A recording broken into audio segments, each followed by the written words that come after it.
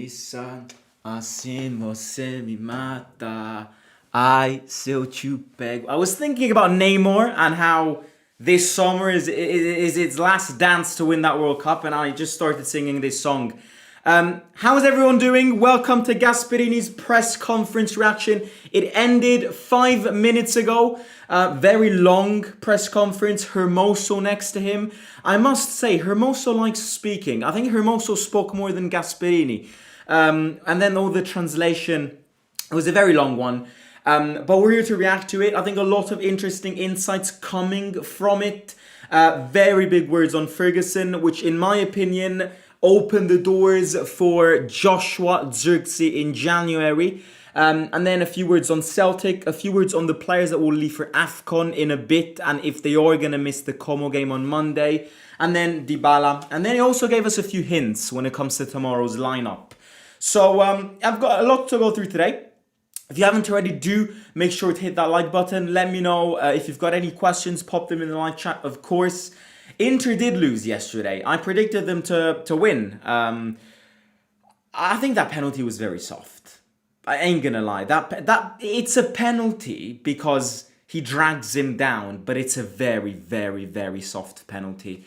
And Inter just can't win big games. They're like us. I think Inter and Roma this season have had very similar paths because Inter can't win a big game, not even if you pay them. And I definitely was not expecting them to lose. But we're not here to speak about Inter. We're here to speak about Roma. So I would like to start with, in my opinion, the most important thing. I want to link Ferguson and ZIRKZEE together. I want to reveal what Gasperini said about Ferguson in this press conference because I think it's quite interesting. I think from this press conference, we have, I wouldn't call it a confirmation yet, because I think a confirmation is different than this. But I reckon after this press conference, the doors to see Ferguson leave in January are very, very open. What Gasperini effectively said about Ferguson today, my hair is a mess, guys. I just came back from the gym and had a shower and didn't properly dry my hair. So mind my hair. That's not bad. Where were we? Oh yeah, he basically said, word by word, Ferguson has had many chances. And he's just not, it seems to me like he isn't clicking, but I use the word clicking a lot. It's more complicated than this. And I think Gasperini is realizing that you can be technically unfit in a sense that you can play a game and you can be technically not gifted. But the thing which I think Gasperini is making us very clear about is that he doesn't like Ferguson's attitude in training sessions either. In my opinion, from this press conference, we can almost conclude the fact that he won't start tomorrow. And I'm pretty convinced. I did put him in my predicted 11 yesterday. But working back what he said today, I would not put him in my predicted 11. Because he said it's not like he didn't have chances. He's had his chances and he's not performing. We can wait here as much time as we want. But we're also in a rush. You know, we can't wait forever. And I think, again, I mentioned this already in the past. But I cannot believe, I will not believe, I refuse to believe that he was somebody that Gasperini asked this summer. I refuse to believe to that shit. I am not in a million years supposed to believe. I can be an idiot, but I haven't reached those levels of idiot yet. There is no way that Gasperini picked him this summer. Because if Gasperini had picked him and chosen him, he would have, in my opinion, insisted on him to prove the board wrong, if you get my point. Let's say I'm the manager. Let's say I'm the manager and I really want that guy in my team. That guy's a very big gamble. That guy's a massive risk because over the last 365 days, he scored 0 goals, tore an ACL, changed 2 teams, barely ever played. So I know that this is a very risky move. And if it goes wrong, I'm the one to be blamed. But it's exactly why I'm not believing in the story that Gasperini picked him. Because otherwise he would have insisted on him way more. Because if I insist on my gamble and I want to see my gamble work out to prove everyone wrong, I don't bench him every game. So it clearly means that he's sending messages to the board going, probably to the fans also going, he was never my pick. So if you need to get mad to somebody for having Ferguson in the team, you don't need to get mad at me because I never wanted him. But the board made it very clear that we didn't have many other options. And I was like, okay, let's try and work some miracles. But, you know, again, we said this about Ranieri. Ranieri isn't a magician. Gasperini isn't a magician. You know, he can't resuscitate the dead. Ferguson came to us as a dead player who, as I said before, changed to teams, never scored, tore an ACL, and barely ever played in the last solar year.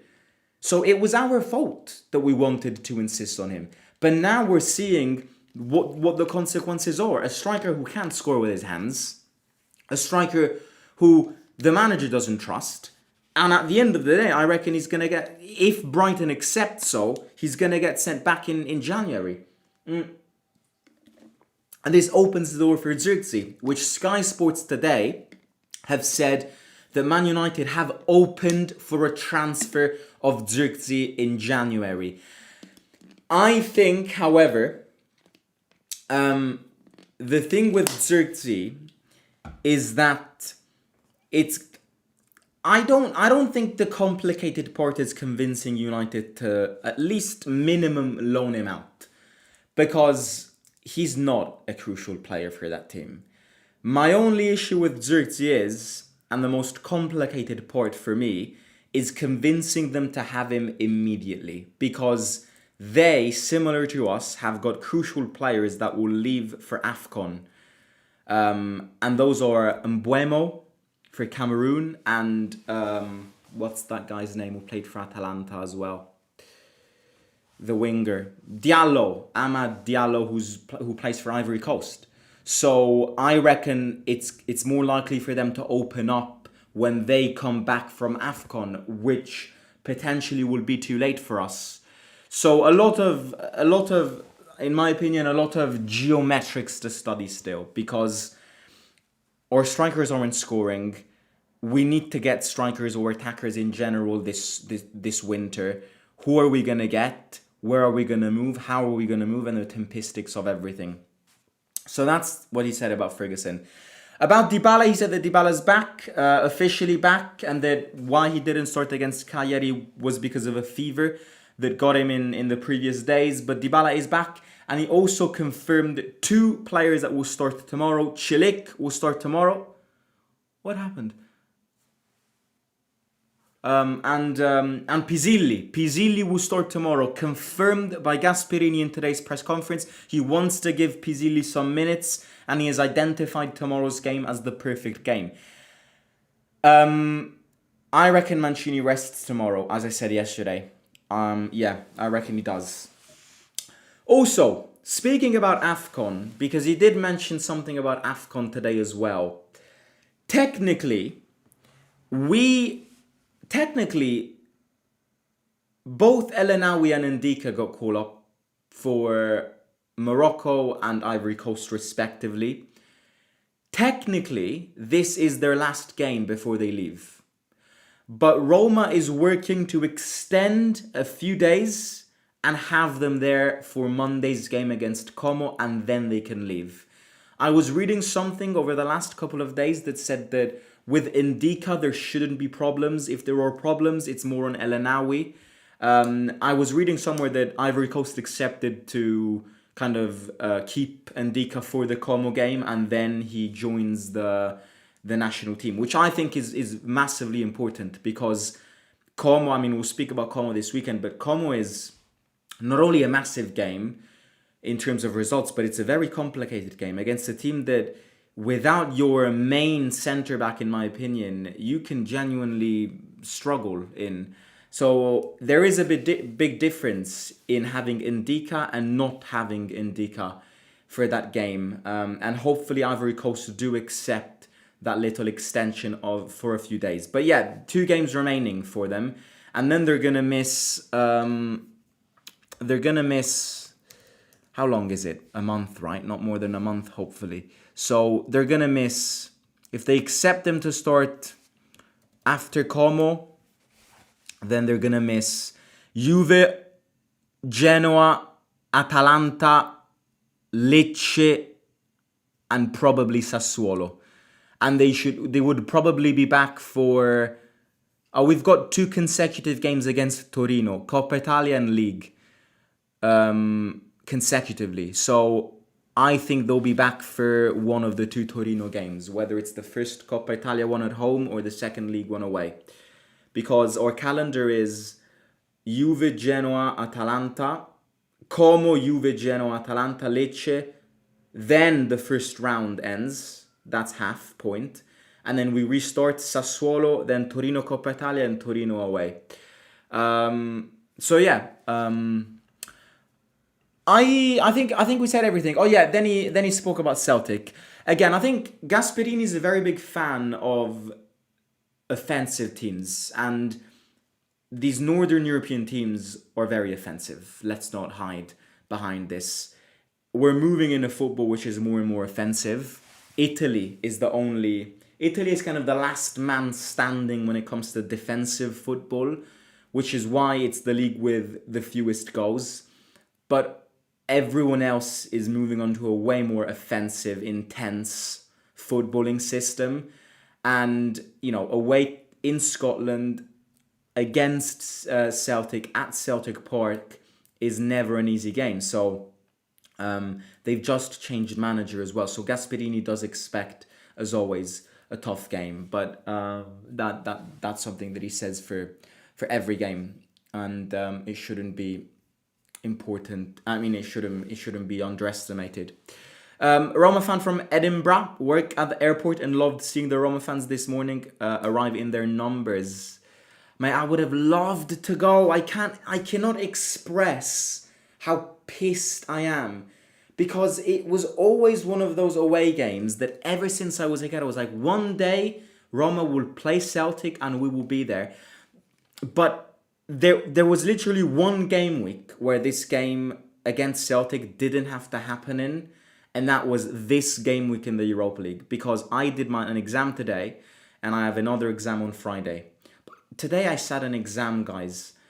I have never in my life felt more useless than today. I've sat one of the most pathetic exams I think humanity has ever created. Methods of social research. What the fuck does that even mean? Quantitative, qualitative data. I'll bleach my eyes. You know those subjects that when you try to study for, you just can't because they're so boring and you keep on getting distracted? That was exactly it. Like, I couldn't. I got a headache even when I tried opening a book about that subject. Who the hell thought that it was a good idea to let everyone study methods of social research? Methods of knowing the difference between a qualitative piece of data and a quantitative piece of data. I don't give a shit. Do you want me to tell you something for free? I don't care what's qualitative or quantitative. I will not use it in my life. I am not interested in it. I don't want to know about it. I don't care. If that is qualitative and that is quantitative, fair play. But I don't care. So the fact that I had to study for this, sit this exam, go through all that anxiety of receiving that grade back. At the end of the day, it was a good grade. But this entire process for methods of social research. Never again. Never again, or I will bleach my eyes. On Friday, I have a macroeconomics exam. So it's a bit different. But this exam today, holy moly, it was It destroyed me. It destroyed me. I hope we win Celtic in Como. Romanista from Egypt. I think ZIRKZEE Scamacca from Sassuolo will be decent. From Atalanta, mate, you mean? The issue with Scamacca, in my opinion, is injuries. The last thing you want right now is a striker to come in and get injured, because then you're back. Then you're back in the ship as you were before. You need somebody who you know will be fit and guarantee you minutes. Imagine we sell Ferguson, end his loan to buy a striker who then comes in and gets injured. It would be such a Roma thing to do. Okay, I am going to... what time do we play tomorrow? Tomorrow is a late kickoff, right? Cake-off. Tomorrow is a late cake-off. Tomorrow is 9 p.m. kickoff. Do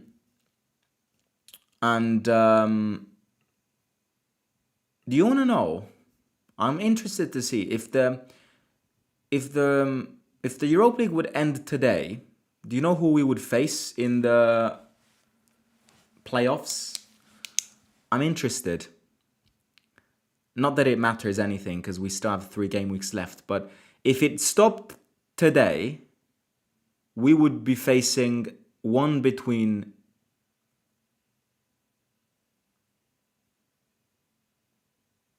Bologna, which I don't even think we can face, and PAOK, with maybe also Forest. Where is PAOK from? Oh, PAOK is Greece. PAOK is Greece. Yeah, PAOK is Greece. But yeah, not that that matters. Just thought it was interesting. Okay, I'm going to catch you tomorrow. City, Madrid tonight. So enjoy that one. Hit the like, subscribe, and I'll catch you soon. Simo out.